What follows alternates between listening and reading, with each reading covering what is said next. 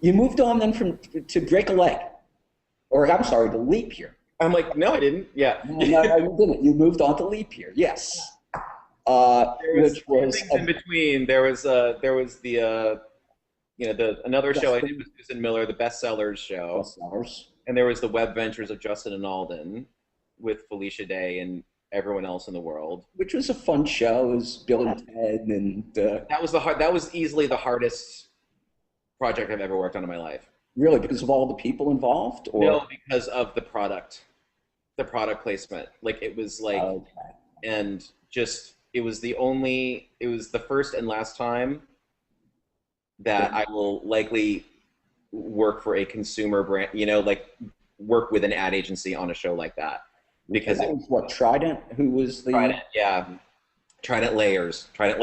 that's right. It had to keep coming up several times through the episodes. Yeah, it was Trident layer, and and so I don't know, like it was a learning experience for them. It was certainly a learning experience for me, but getting notes like you can't show him chewing the gum unless you see him opening the wrapper and putting it in his mouth. So And all they, of the problems of dealing with oh my advertisers.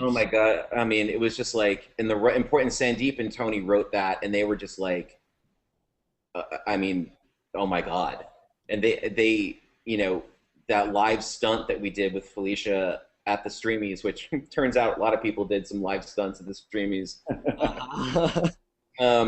That was also fun to be sitting in the audience with the Trident people.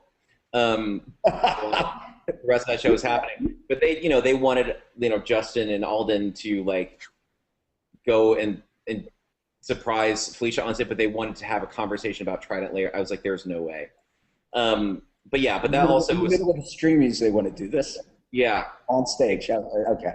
Right, and Trident sponsor. I got Trident to sponsor the Streamies that year, so that we could do that, so that we could, be there and shooting and all that stuff. But yeah, also just the cast was enormous. I mean, it was just Oh, he, you had everyone. You pretty know, much everyone. So if we didn't have them in stuff, that we shot before, we got them at the Streamies. It was just that we just pulled David Wayne and like Sklar's and all those guys and Shannon and Milo in that last episode, the last day. That was insane. But yeah, so then to leap year, yes, which you got to work with Yuri again I did. on that, with him as the writer, and he had all of Yeah, the the happy little director. he Yeah. had all the happy little guillotine folks on that show.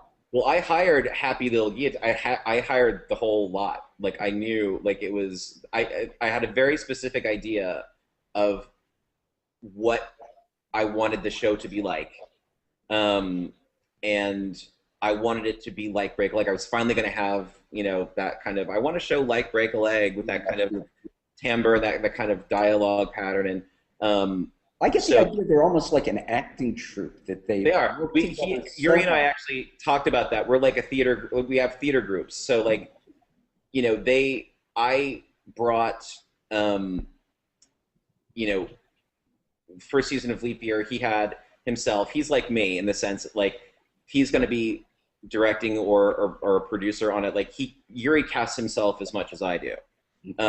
Cast myself, and so it's Yuri and Daniela and Alexis that he brought and Drew, Yeah. and I brought Mark Gant and Rachel Ryson, who I'd worked with on Template, and so that's how we kind of formed that. It's funny, like we had all these other people we were thinking of. We didn't audition anyone. Like we knew exactly who we wanted. I've never auditioned anyone for anything. Like I go and I just hand pick them because so it's just because it's if I'm familiar with your work and you're a friend and I want to work with I'll say, do you want to play this? And so no one ever had to You have audition. confidence in people that you know in that respect. Yeah, and it's kind of it's more fun. Like it's not like it's one of the great things about the web. So you can work with the people that you want to work with, and Now, was then it tough fitting in with them since they're already a fully formed group? it was hard. I'm not gonna lie. It was the first season was a little bit. The first season of Leap Year. I had just finished you know, Temp Life season 5. Right after that was Sweet 7. Right after that was Bestsellers. And then it was the fourth project I'd done in as many months. I was a bitch. I was so stressed out and just exhausted, and it's kind of a tough project, I guess, from the client. Not tough, but Hiscox was just kind of learning about what is all this, and they had a lot of questions about stuff. And so then I get on this set in San Francisco, um, with Yuri, who I only knew Yuri, and I knew Justin and Dashiell a little bit, Mm-hmm. um, but I fully admitted to them, I'm like, I was miserable. I was just like, I was not a fun person.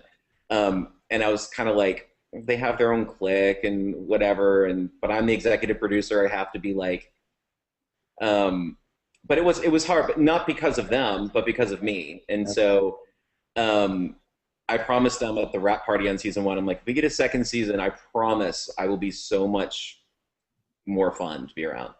Who came up Um, with the idea of setting it in a startup? I did. Okay. So, and well, that was dictated kind of. So Hiscox, we can all laugh. It's a very funny name. Um, I've been Hiscox, holding back. It's really been hard. yeah, yeah, it was really hard. Yeah. Damn it. Um, anyway, so they, what's actually funny about that? They're a British company. It doesn't, the joke doesn't translate in British because No, it's they don't call it that. If they were like his wank, it would be it funny. would be different. Yeah. But uh, so they're a small business insurance company that specializes in coverage for startups. And so the idea for Leap Year was that Hiscox needed to kind of show that entrepreneur audience that they understood what the life of an entrepreneur is like, and they had nothing to back that up because they just launched this product, and they're like the AIG of the UK.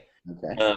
And so they were just kind of getting up and running in the US, and they had nothing to engender that trust with that audience, which is completely over marketed to anyway. I mean, everyone wants that entrepreneur, like American Express Business and Amex Open, all those guys, everyone else owned that space. And so the idea was that, okay, well, if you don't really have anything to show that you don't have any testimonials, if you don't have anything, let's just show that you get it by making a show about your Life in a startup. potential audience. So then that's the first season. They wanted us to be more broad because it's funny. Every one of the characters in season 1 represents one of the business categories that Hiscox would that Oh, covered. okay. And so like Yuri, so Aaron is the finance guy.